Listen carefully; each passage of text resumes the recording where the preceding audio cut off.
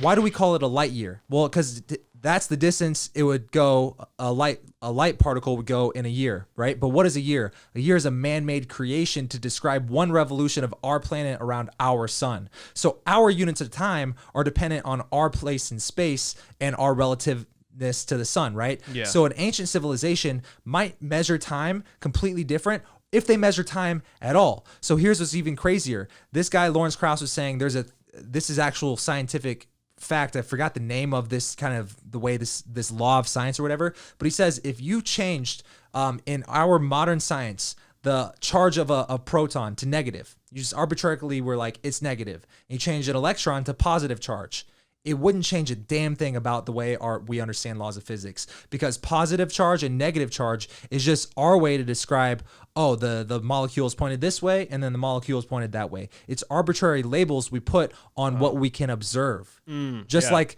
our understanding of how we get here to there is based on how much time does it take. But time for us is a man-made created thought based on our place in space. Right. It's relative. So based on what you were saying, what if our understanding of physics is actually not how physics actually works at all, right? Yeah. People thought the earth was flat and it got them through the day, but then they found out it wasn't flat. So what if we're really like on a physics understanding level, we're the flat earthers to the way this shit actually works. Right. It might very well be. And it is more, you have to be really certain that there's no other form of life out there.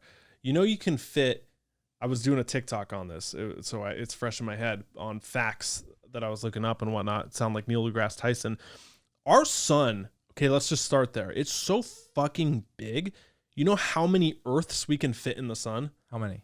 1.3 million. Damn. That's how big our sun is. But in the grand scheme of things, we have a small sun. Yeah. Right? So if the person watching this right now, if they draw a little I, just an average handwriting, a lowercase I, with a line and a dot, that one dot right there represents the size of our sun right now, okay? Well, then our sun, compared to the size of our galaxy, is that dot. That's how fucking big our galaxy is. That one little dot right there on that eye, that's our sun, which 1.3 million Earths can fit in, and the galaxy is the actual size of Earth. Like, Earth is huge to us right now, but like in the grand scheme of the galaxy, nothing.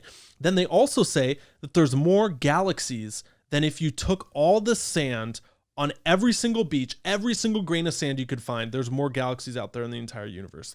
And there might be a multiverse, and there might be multiple universes and whatever. And at the center, there's a giant black hole that's exactly, precisely, mathematically like 0.01% or something like that. Yeah. The actual matter of all the galaxies. So when you start adding up like the just sheer volume of where we are, and we're this little speck.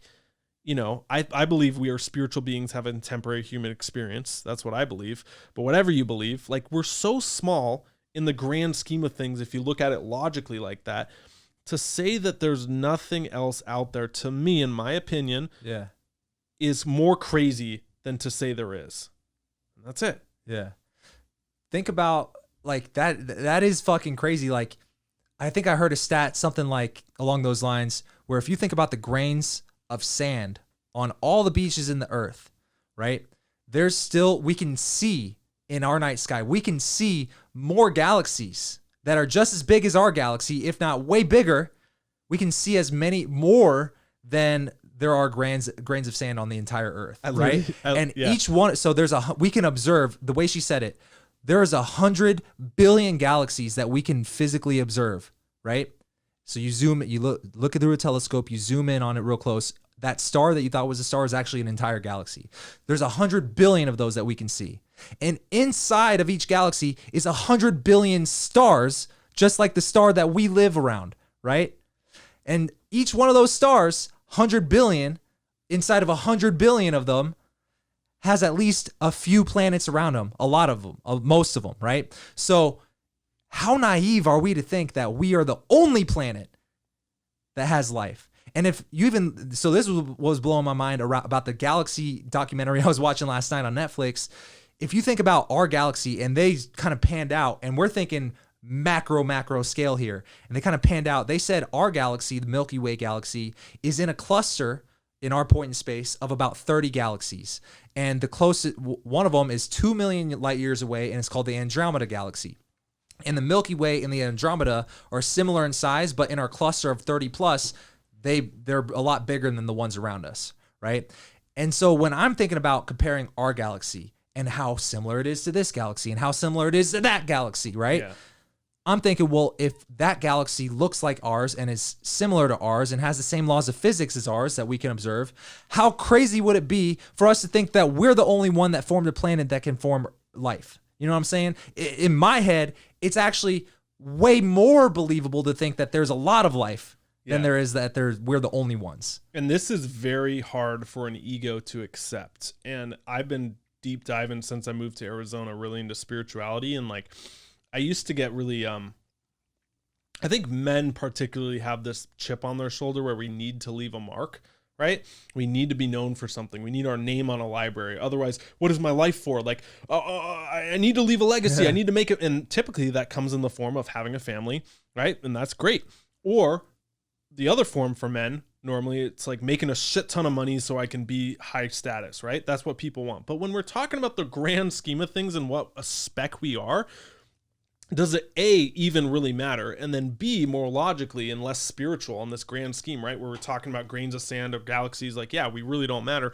But like, do you even remember the middle 20 or 30 presidents? Can you list them off the top of your head? No. And they made it to the motherfucking top of the status symbol. Rich, famous, powerful men on earth. You can't even remember the middle 30. Yeah, they're recorded in history books, but who really looks? We can't even say them off the top of their head. And those are guys who have left a mark, right?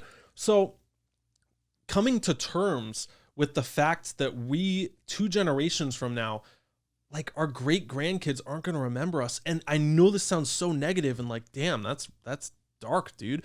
But like, to me, it's been the most freeing thing when you can drop this whole need of, I have to leave a mark, otherwise my life is meaningless. No, your meaning of life is to be present here right now, enjoy the fucking ride, strap yourself in, have some fun, be present in the moment, because the whole myth of needing to lead a mark is your false ego and not your higher consciousness really trying to speak and take over and live from that, dude. And so like, I don't know, man, we're just so microscopic in the grand scheme of things. And I've found a lot of peace in that instead of the dark doom and gloom. I always try to go to the light, and I'm like, that's really freeing to me of like being able to drop that. And I think that comes with age too. Like as we're both approaching our 30s, right? It's like, you know, when you're an 18-year-old kid, you got all this energy with you and you're like, oh, I got to be remembered. I got to figure everything out. And then when you get older, you realize that the things you really want in life don't require money. The ocean still feels as good when you're swimming in it if you have $1 million.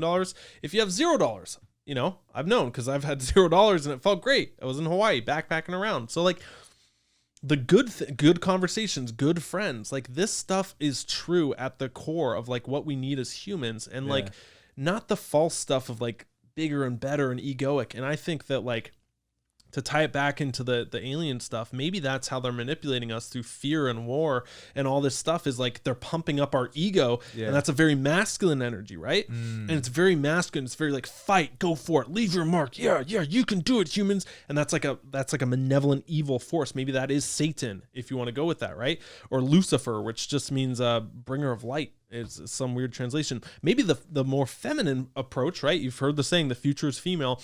Well, maybe that's a metaphor for saying we're coming out of that egoic leave a mark, you know, we have to be significant energy, and we're merging more into this feminine energy of like higher consciousness where we're all waking up and we're all really stepping into things. And that has nothing to do with gender.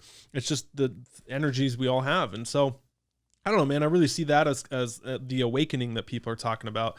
I know you're looking at me like I'm crazy. You didn't ask a single question, but I'm just letting like, you go. Yeah, I'm just riffing on it, man, because like I think all this higher power stuff, when you start looking at aliens and why are you guys talking about that and races and conspiracies and stuff, it's about truth and it's about why are we really here. And I think that when you start looking at it, even regardless of what's happening out there, we're here to be here now. To me, that's the most freeing stuff out there. And that's why I can sleep at night and still geek the fuck out on conspiracies and aliens and still keep a level headed and not lose your mind with it. And I think that's really important for people to realize. Otherwise, you will lose your mind and think the whole world is evil and go into hell in a handbasket. You got to embrace it. Na na na na na na.